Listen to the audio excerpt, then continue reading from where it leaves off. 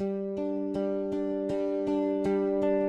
Desember 2020, Gubernur Aceh Nova Iriansyah meresmikan Jembatan Bintah di Kecamatan Pasiraya, Kabupaten Aceh Jaya. Keberadaan jembatan berkonstruksi baja ini disebut cukup penting mengingat fungsinya sebagai jalur penghubung desa yang selama ini aksesnya hanya dapat dilakukan menggunakan rakit. Kini, masyarakat Kecamatan Pasiraya, khususnya warga Bintah dan Sarah Raya bisa tersenyum bahagia. Pemerintah Aceh selalu berusaha membuka akses transportasi untuk mempermudah kegiatan masyarakat dalam upaya pengembangan daerah. Gubernur Aceh Nova Iriansyah mengungkapkan rasa syukur dan bahagia atas selesainya pembangunan jembatan yang merupakan salah satu infrastruktur terpenting di kawasan itu. Keberadaan jembatan tersebut diyakini akan memberikan dampak yang cukup signifikan terhadap perekonomian dan aktivitas pendidikan di kawasan itu. Kemudian, pada tanggal 3 Februari 2021, Gubernur Aceh Nova Iriansyah kembali meresmikan jembatan Krung Tekuh di Kecamatan Kuala Bate, Kabupaten Aceh Barat Daya. Jembatan ini mempunyai peran strategis untuk meningkatkan pertumbuhan ekonomi ribuan warga sekitar. Infrastruktur ini terintegrasi dengan sentra produksi pertanian dan perkebunan warga karena memudahkan akses pengangkutan hasil bumi ke pasar-pasar di pusat kecamatan termasuk hasil tangkapan nelayan, ujar Gubernur Aceh. Membangun infrastruktur, kata Nova, adalah upaya mendukung pencapaian tujuan semua program unggulan, terutama yang menjadi daya ungkit pembangunan dan pemberdayaan ekonomi rakyat. Dalam rangka merealisasikan program unggulan tersebut, pemerintah Aceh telah membangun berbagai sarana dan prasarana transportasi, baik itu jalan maupun jembatan, waduk, dan prasarana perhubungan lainnya,